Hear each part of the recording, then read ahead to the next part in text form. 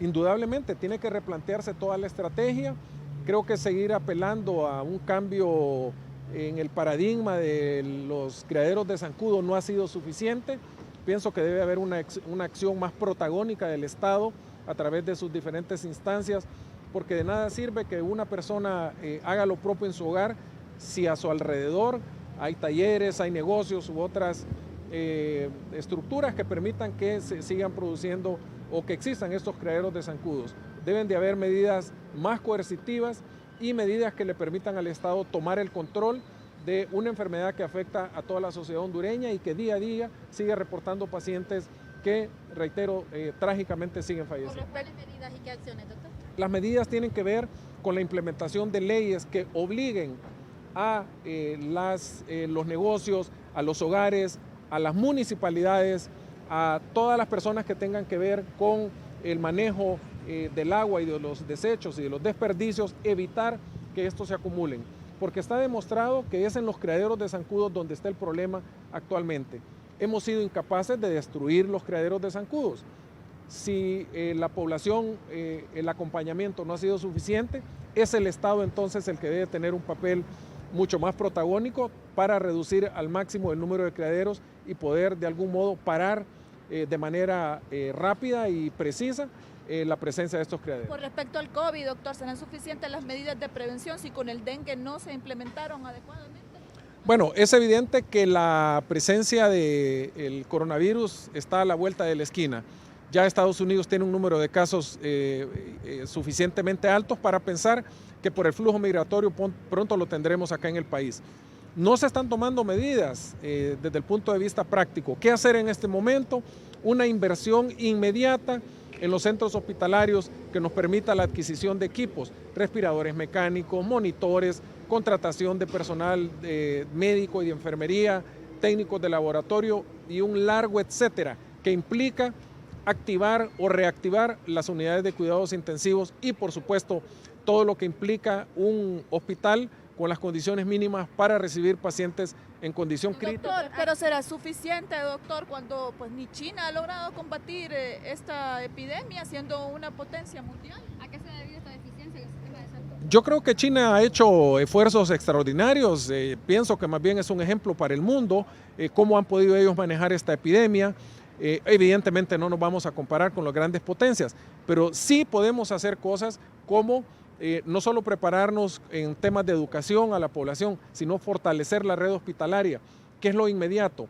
Las medidas de educación para que la gente lave las manos, para que la gente no estornude de X o Y manera, llevan mucho tiempo, son procesos al mediano y a largo plazo.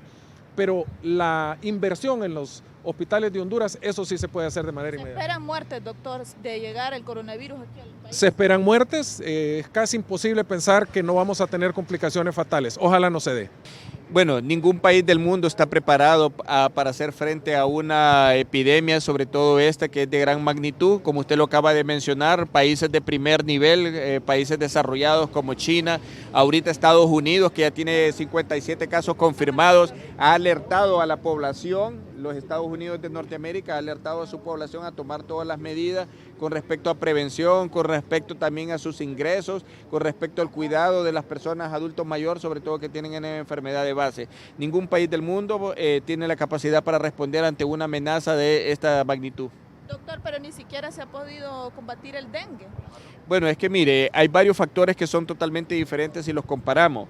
Con respecto al dengue, que continúa la epidemia, necesitamos que cada ciudadano hondureño ponga un granito de arena ¿en qué? En la eliminación de los criaderos.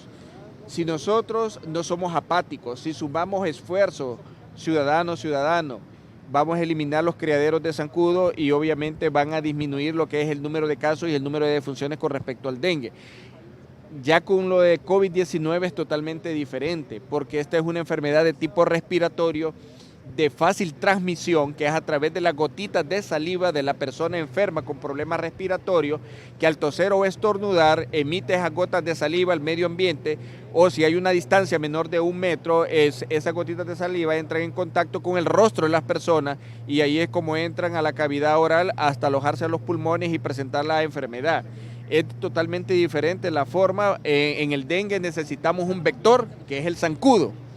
Y si eliminamos los criaderos, vamos a disminuir obviamente el número de zancudos que son responsables de transmitir el virus del dengue. En el caso de esta coronavirus, es la transmisión de una persona a persona, en la cual cada persona debe de tomar las medidas de prevención, como cubrirse su boca y nariz al momento de toser o estornudar, lavado de manos constantemente con agua, jabón o alcohol gel al 70%. El lavado de manos debe de ser entre 20 o 30 segundos aproximadamente. No compartir líquidos, ni bebidas, ni saludar de beso, ni dar la mano. Entonces, como vemos, los mecanismos entre lo del dengue a COVID-19 son diferentes en la manera que se transmiten, pero que en el caso del dengue, si nosotros eliminamos los criaderos, no vamos a tener el vector en gran número para poder transmitir la enfermedad. En el caso de COVID, es de persona a persona la transmisión. Luego del episodio que se dio con la primera persona sospechosa de esta enfermedad, la Secretaría también ha tomado otras acciones, otras medidas para que no vuelva a ocurrir lo mismo. Claro, ahorita se está contemplando tener un plan de comunicación en riesgo para también los medios de comunicación, que es fundamental. Usted acaba de decir algo importante, no todos los medios de comunicación realizaron acciones que no eran las adecuadas, ¿verdad? La Secretaría de Salud siempre está anuente a brindarles a ustedes la información con respecto al tema de salud, porque ustedes son nuestros aliados para llevar la información a la población hondureña. Siempre vamos a estar abiertos, pero hay que recordar que no debemos de exponernos, porque cada uno de ustedes, si se expone, tiene familia. Imagínense si hubiera resultado positivo ese caso de COVID-19 de esta pasajera que entró, las personas que estuvieron cerca ahí estuvieran infectadas, estuvieran en una sala de aislamiento, y si antes de estar en una sala de aislamiento retornaron a sus casas, hubieran infectado a sus familiares, sus hijos, su esposa, y si tuvieran a sus padres también. Entonces es muy importante mantener siempre el respeto a lo que es a la privacidad de las personas, cumplir obviamente las medidas de bioseguridad también para ustedes, y eso es muy importante. La Secretaría siempre va a estar abierta para ustedes para llevar la información. ¿Han detectado de dónde se filtró la información? Porque los medios llegaron porque se filtró la información, tuvieron acceso también a algunos datos. Bueno, miren, hay varios rumores, la Secretaría de Salud está tomando las acciones pertinentes para coordinar, para que no vuelva a suceder este tipo de escenario, porque nos vimos ante la luz pública como, la verdad, en una situación desagradable. Miren, ahí está Brasil ahorita. Brasil tiene una persona que vino del norte de Italia y salió positiva en su primera muestra para COVID-19. Si ustedes ven todo desde el momento que ingresó a todo, no hubo la situación que ocurrió en Honduras. Nosotros tuvimos a un extranjero, a un francés en aislamiento. No hubo este tipo de problemas con ese francés. Las situaciones por la Secretaría de Salud está tomando acciones con aquellas personas que si son trabajadores de la salud, trabajadores de la Secretaría, que no vayan a provocar el pánico, la alarma, la histeria colectiva en la población, porque generó preocupación en la población. Segundo, que los medios de comunicación sepan hasta dónde y a qué distancia y en qué momento se deben obviamente establecer esta comunicación para informar a la población. ¿Qué significa que en Brasil ya se registre casos confirmados, que en Estados Unidos aumenten?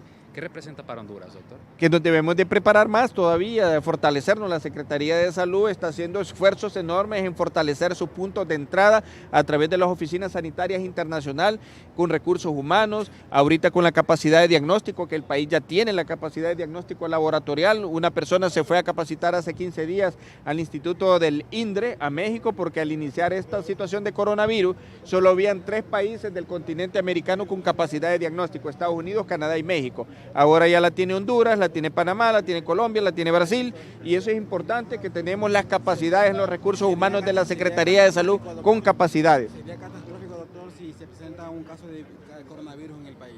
Claro, porque esto nos llevaría a nosotros que si no se tienen pues todas las medidas con este pasajero que ingrese, por eso es que estamos fortaleciendo los puntos de entrada, para que al momento de que este pasajero que venga procedente del país donde ya circula el virus y sobre todo con manifestaciones clínicas sugestivas a COVID-19, podamos inmediatamente aplicar los protocolos que insta la Organización Mundial de la Salud, como el aislamiento. Inmediatamente los trabajadores de la salud de la OSI van a llevar a este pasajero por una ruta de desplazamiento diferente a lo que normalmente circulan las personas en el aeropuerto, le van a colocar su mascarilla, le van a coordinar el traslado con la ambulancia para ya que el hospital al cual ya están destinados sea de manera oportuna manejado y en una sala de aislamiento. ¿En qué se va a invertir estos fondos que se destinan para el COVID?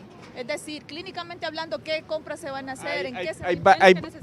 Bueno, el sistema de salud necesita desde el fortalecimiento de recursos humanos en los diferentes hospitales, en los puntos de entrada, recursos humanos. Cuando hablamos de recursos humanos, cuando se va a necesitar más personal. ¿Personal especializado o médicos especialistas, médicos generales?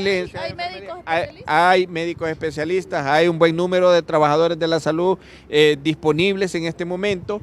Necesitamos el dinero para hacer la contratación, necesitamos también para comprar insumos, medicamentos. ¿Qué tipos de insumos? Medicamentos como por ejemplo analgésicos, antipiréticos, líquidos intravenosos para mantener perfusión renal, oxígeno, porque en estos problemas respiratorios se necesita oxígeno, suministro de oxígeno para este tipo de pacientes con problemas respiratorios. ¿Cuántos centros se van a abastecer? Ya la Secretaría de Salud en una conferencia de prensa dio a conocer los hospitales que iban a estar destinados para el manejo de estos pacientes en Tegucigalpa, San Felipe, el Instituto Cardiopulmonar, a nivel de Occidente, el Hospital de Occidente, el Hospital de San Marcos de Ocotepeque, en el sur, el Hospital del Sur, y en Valle también que está el Hospital de San Lorenzo. Tenemos también el Hospital Gabriel Alvarado que está en Danlí. Todos los que tienen punto fronterizo o ya sea un punto de entrada aéreo, marítimo y terrestre son los hospitales que son... Finalmente, ¿Por el Congreso son suficientes? No, no son suficientes. En este momento como acaban de mencionar, hay 45 millones que están ya listos para ser utilizados, pero en estas situaciones de una epidemia que recordemos, estamos en una fase de alerta, todavía la OMS no ha decretado pandemia. Una vez que se llegue a decretar esta pandemia, los fondos van a tener que necesitarse aún mayor todavía. Hay 41 países a nivel mundial que tienen casos confirmados de COVID-19, hay 81.191 casos confirmados, 2.768 muertos, el 99% de los casos y de las muertes están en China continental, pero hay un fenómeno. En Italia, en Corea del Sur han incrementado los casos. En Estados Unidos, que es donde nos interesa, hay 57 casos ya confirmados y 11 casos en Canadá. Finalmente, doctor, ¿qué población es la más vulnerable de tener este contagio? Pero en mi caso yo tengo una enfermedad respiratoria. ¿Quiénes son los más vulnerables? Los más vulnerables en este momento son los adultos mayores, sobre todo aquellos que tienen una enfermedad de base. Como usted acaba de mencionar, aquellas personas que tengan padecimientos de diabetes mellitus, hipertensión, cardiopatía, problemas renales, algún tipo de cáncer, inmunodepresión. Este tipo de personas son los más vulnerables, los adultos mayores, sobre todo aquellos que tienen una enfermedad de base, como acaba de mencionar. Pueden haber adultos jóvenes también que tengan una enfermedad de base, son vulnerables.